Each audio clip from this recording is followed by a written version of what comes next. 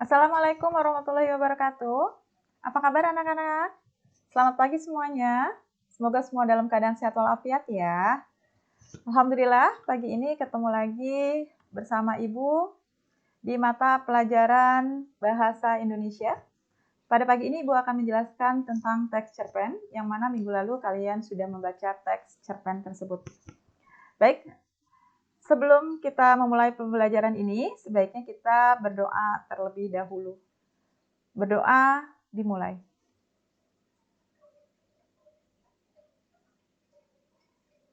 Berdoa selesai. Baik anak-anak, mudah-mudahan pagi hari ini kita mendapatkan ilmu yang bermanfaat ya. Kemudian dalam pembelajaran ini diberikan kemudahan dan kelancaran. Siapa yang pernah menulis cerpen atau mungkin membaca cerpen? Wah, pasti hampir semua ya di sini sudah membaca dan pasti sudah tahu apa itu teks cerpen. Apa sih itu teks cerpen?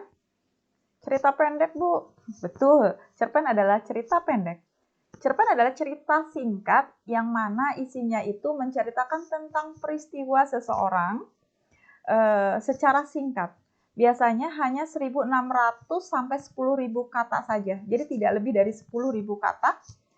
Cerpen itu hanya satu judul dan biasanya tidak bersambung gitu. Hanya tuntas saja sudah gitu ya, hanya satu bab atau satu judul. Lain dengan novel. Novel itu kan ketemu beberapa bab ya. Nah, cerpen ini biasanya diambil dari peristiwa kehidupan sehari-hari seseorang, kemudian diceritakan dalam cerita yang singkat. Cerpen itu termasuk cerita fiktif, ya. Oke, dalam menulis cerpen ada yang namanya unsur-unsur dalam cerpen. Yang pertama ada unsur intrinsik dan unsur ekstrinsik. Unsur intrinsik ini sendiri disebut unsur pembangun, di mana dalam cerita ini harus ada, ya. Jadi adanya di dalam cerita, intrinsik, jadi harus ada ya. Yang pertama tema, jadi dalam cerpen itu yang pertama harus menentukan tema. Tema itu apa sih? Inti dari sebuah cerita. Cerpen ini menceritakan tentang apa? Berbeda dengan judul ya, tema berbeda dengan judul. Kemudian ada alur cerita. Alur cerita itu jalannya peristiwa cerita dari awal sampai akhir. Alur itu terbagi dua, alur mundur, alur maju, dan alur campuran. Alur mundur itu menceritakan masa saat ini ke masa lalu, kemudian alur maju masa lalu ke masa kini, dan alur campuran antara alur maju dan alur mundur, ya. Kemudian penokohan itu di sini adalah karakter tokoh, ya. Karakter tokoh atau bisa juga posisi tokoh, antagonis, ya, protagonis, atau juga sebagai peran pembantu, ya. Peran pembantu itu bukan sebagai pembantu ya, tapi dia hanya sebagai peran tambahan. Kemudian ada latar. Latar itu ada di sini ada menyatakan tempat, waktu, dan sosial. Kemudian ada sudut pandang. Sudut pandang ini adalah posisi sebagai pengarangnya adalah sebagai orang keberapa. Jika dia mengatakan kata di cerita itu aku, maka pengarang adalah sebagai orang pertama pelaku utama. Kemudian kalau menyatakan nama orang lain, yaitu sebagai sudut pandang orang kedua, ya. Kemudian kalau mengatakan mereka, dia, ya, itu adalah sudut pandang orang ketiga. Kemudian ada struktur cerpen. Yang pertama ada orientasi. Orientasi itu adalah pengenalan tokoh dan latar cerita. Contohnya, di sebuah sungai ada seorang gadis kecil yang cantik berhidung mancung berambut panjang. Setiap pagi, nah itu pengenalan tokoh dan latar cerita ya. Sudah tahu di situ tempatnya, waktunya ya. Kemudian tokohnya seperti apa. Itu yang pertama orientasi. Kemudian ada komplikasi. Komplikasi itu mulai munculnya konflik atau masalah. Pasti ada sebab ya. Kemudian ada evaluasi. Nah, evaluasi ini konflik mulai diarahkan pada pemecahannya, mulai ada jalan keluar. Kemudian resolusi ini adalah solusi atau jalan keluar dari konflik yang terjadi dalam cerita tersebut. Biasanya di akhir ada koda.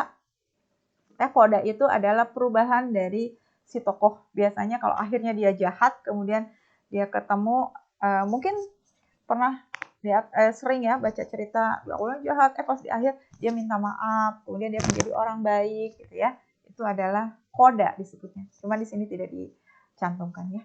Jadi orientasi, komplikasi, evaluasi, dan resolusi. Jadi komplikasi aja ada komplikasi di awal, kemudian munculnya konflik masalah semakin memuncak, itu disebut dengan klimaks ya.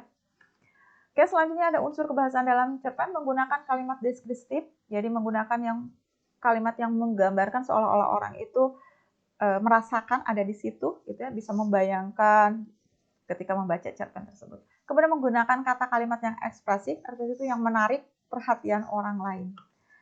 Menggunakan majas adalah gaya bahasa. Nah, ini masuknya kepada unsur ekstrinsik, ya, gaya bahasa.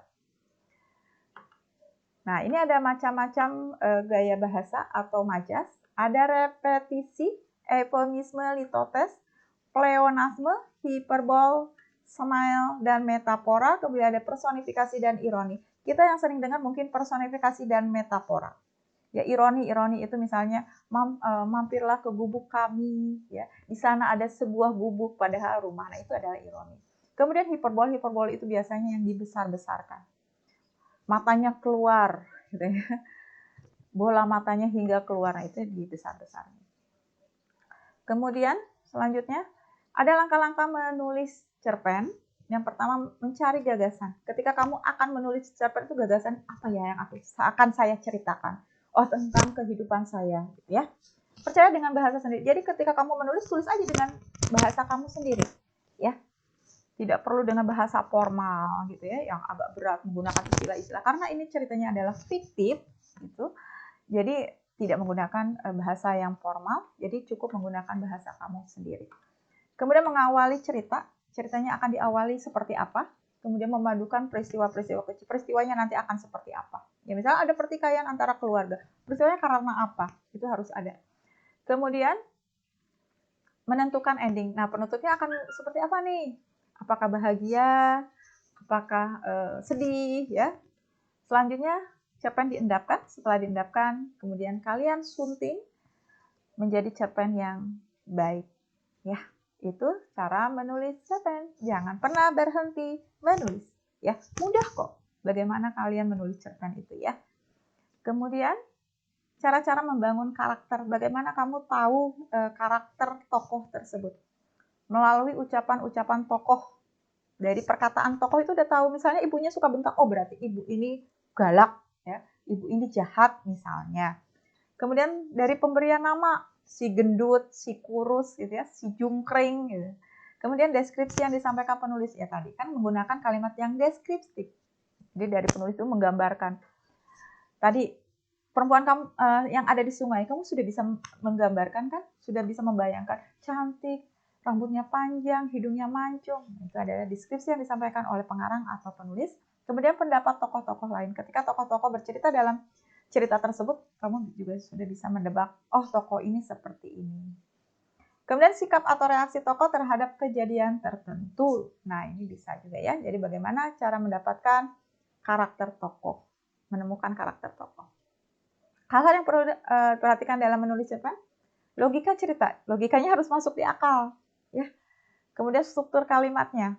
Walaupun menggunakan bahasa sendiri, struktur kalimatnya jangan belibet, jangan berbolak-balik agar orang mudah mencerna tulisan atau bacaannya, ya. Kemudian konflik dalam ceritanya, ketepatan ejaan harus diperhatikan, harus tepat. Kemudian harus tadi menggunakan majas atau gaya bahasa yang tepat. Mau pilih yang mana ya? Baik anak-anak, hanya itu yang Ibu bisa sampaikan tentang teks cerpen. Mudah-mudahan kalian bisa memahaminya. Terima kasih atas perhatiannya. Ya, selamat belajar, selamat menjalankan tugasnya. Ingat, kumpulkan tugas tepat waktu. Ya, disiplin dan tanggung jawab. Sampai jumpa minggu depan. Terima kasih. Wassalamualaikum